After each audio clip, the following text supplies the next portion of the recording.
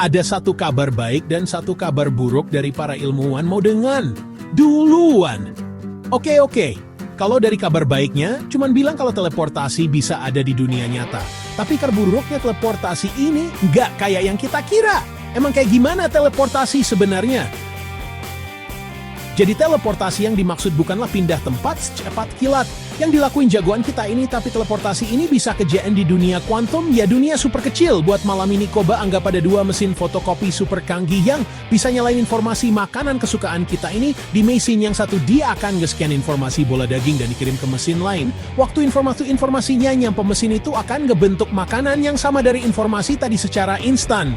Ia jadi king, ngilangin suatu benda dan bikin cloningannya di tempat yang berbeda. Kira-kira itulah teleportasi yang dimaksud, walaupun sebenarnya nggak segampang itu juga buat teleportasi bisa beneran kejadian.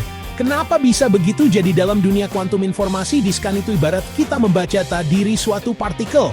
Tapi sayangnya proses ngebaca data diri mereka itu susah karena dia mati. Justru mereka itu bisa berubah, tapi ajaibnya disinilah hadir yang namanya keterikatan kuantum. Ternyata dua partikel berbeda bisa terus saling berhubungan lalu mereka terpisah. Artinya dengan tahu data diri salah satunya ajaib. Ilmuwan tidak bisa prediksi data diri partikel satunya yang nun jauh di sana. Gimana caranya? Belum tahu pasti juga, bahkan Om Genius satu ini pun bingung. Tapi yang pasti ini berkaitan erat untuk ngelakuin proses teleportasi yang sebenarnya. Oke, jadi yang penting kita udah punya dua vertikal yang terikat satu jatuh dekat. Sekarang kita bisa nyiapin satu partikel baru lagi buat detail portasi di sini. Kita bisa ngamatin para partikel yang ada di dekat kita ini dan dapat tindakan dirinya. Nah, hasil pengamatan ini bisa kita kirim ke partikel yang jauh dan partikel yang jauh ini jadi bisa punya data diri persis sama kayak yang ada di dekat kita tadi. Dengan kata lain, teleportasi udah terjadi.